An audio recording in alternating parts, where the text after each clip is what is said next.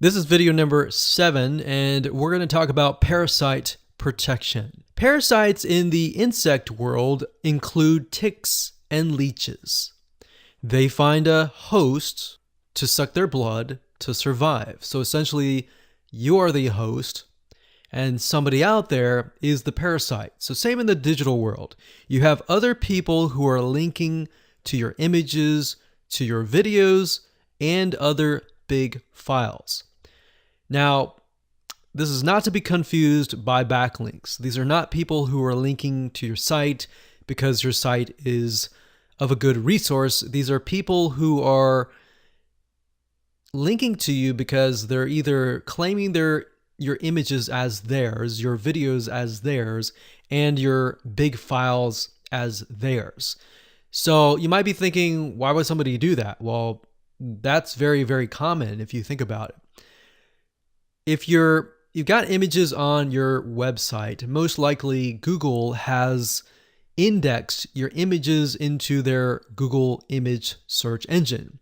And somebody else has come along the image search engine and look for an image, and they might think, oh, I like that image, I'm going to use that on my website. And either they might give you credit, which is great, but that's far and few. And then most likely they might think, well, I like this image, I'm going to link to it, and I'm going to put it on my web host. Now, if you get too many of those, eventually what happens is they begin to use your server resources that you pay for. They're not paying for it, you're paying for it. And then they use your videos and they're going to use your bandwidth that you pay for.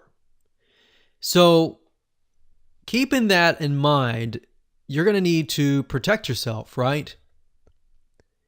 So, like I said, what ends up happening is that you are spending money on more web hosting resources. Now, the way that you can protect yourself with this is by using what we call cPanel, which is a web hosting panel, a very popular one that most web hosting companies use.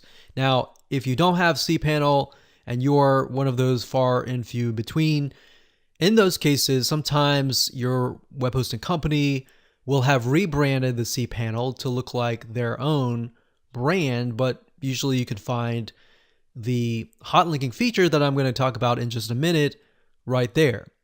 If not, sometimes they will have their own hot linking feature, but essentially what it does is it disables people from essentially becoming a parasite of your website and using your server resources.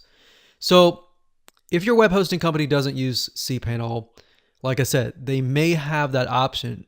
And if they don't, you can always message them and say, hey, do you have hot link protection?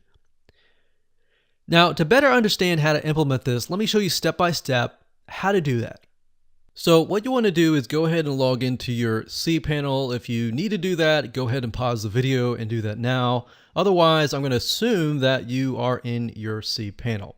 So to get to hotlink protection, all you need to do is simply scroll down and go to the security section here, and we see hotlink protection. So go ahead and click on that.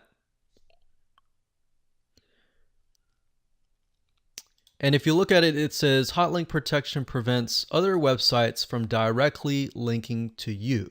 So what we need to do is, we don't need to enable it yet, but what we need to do is enter the URLs to allow access. So what this means is that, let's say, for example, let's just hypothetically use yourdomain.com. What you want to do is enter yourdomain.com, and what that means is that anytime yourdomain.com accesses the image, it's okay.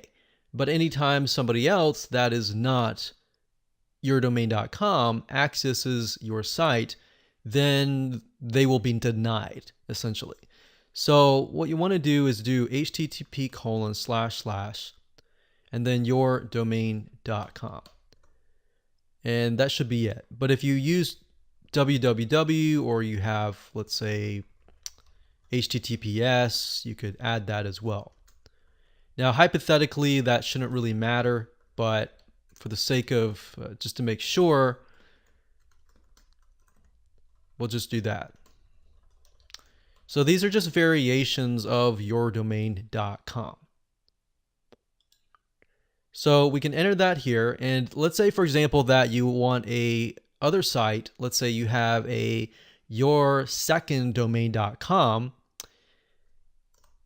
If you put http://yourseconddomain.com. So let's say, for example, that you have a sister site, and that sister site, it'll be okay if they access your images. So you want to enter that here. So basically what you're telling the system is these domains are okay with accessing these images or whatever file that is.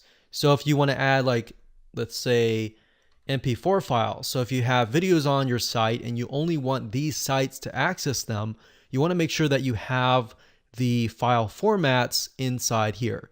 So another thing, if there are zip files, downloadable .zip files, you want to put zip. So that means anytime somebody accesses any type of these file formats from these sites, it's okay. If they access it elsewhere from somebody else, it's going to block them. It's going to prevent them. Now, you have different choices. You can enter a redirect URL. So if somebody tried to access that image and they're doing so from a different site, then you can redirect them to another page. So whatever page that you want.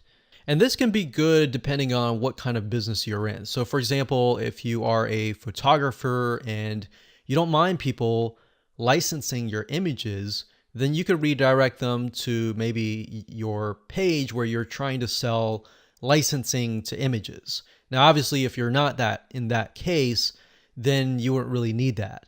But that's just there if you want to redirect people to a certain page. So once you're done, you just simply click submit and then you click enable and you're good to go.